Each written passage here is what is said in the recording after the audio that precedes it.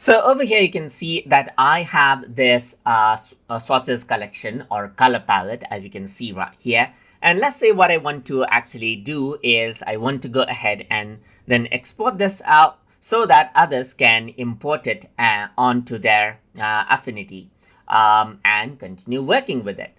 So to do that, you can simply click on the down button right here. And then what you can do is you can go ahead and then choose to export out the palette. So here you can see the export palette. So whatever a palette is opened up right here, you can click on export palette and you can see that this is what you have. So over here in desktop, let me just go ahead and save this out right here.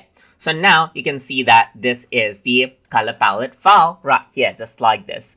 So let's just go ahead and close this out right here. I'm going to go ahead and close this document. Let's just go ahead on to new document. Let's say for example, you can see the palette is here because it is a document-wise palette. So what I'm going to do is, let's say for example, there's a lot of different palettes right here.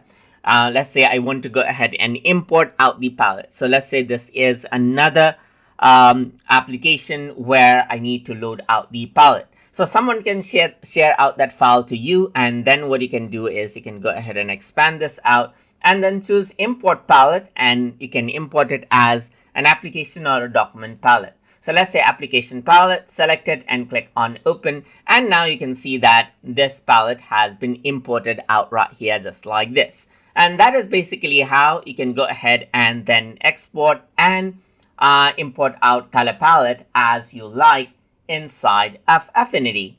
So I hope you guys learned something as always. And as always, please like, comment, share, and subscribe.